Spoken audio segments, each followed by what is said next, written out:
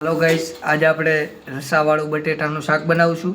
પહેલા સૌપ્રથમ આપણે 2-3 બટેકા આપણે સમારી લેશું। ત્યારબાદ આપણે 2 પાવડા તેલને ગરમ કરશું।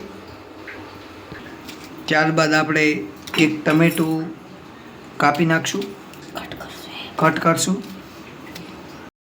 આપણું તેલ આવી ગયું છે। ત્યારબાદ આપણે રાઈ અને જીરું એડ કરશું। ત્યારબાદ આપણે હિંગ નાખશું। ત્યારબાદ આપણે બટેટા કાપેલા છે એ નાખશું। ત્યારબાદ આપણે હળદર પાવડર એડ કરશું।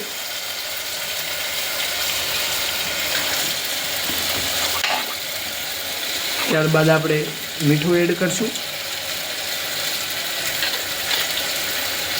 સ્વાદ અનુસાર ખાઈશું આપણે જેટલું તીખું ખાય એટલું આપણે મરચું પાવડર એડ કરશું સ્વાદ અનુસાર।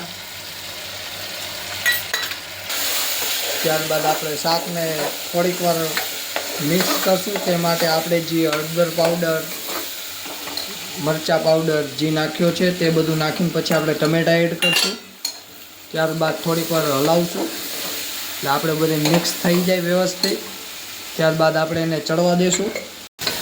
ત્યારબાદ આપણે જરૂર પૂરતું પાણી અંદર એડ કરશું।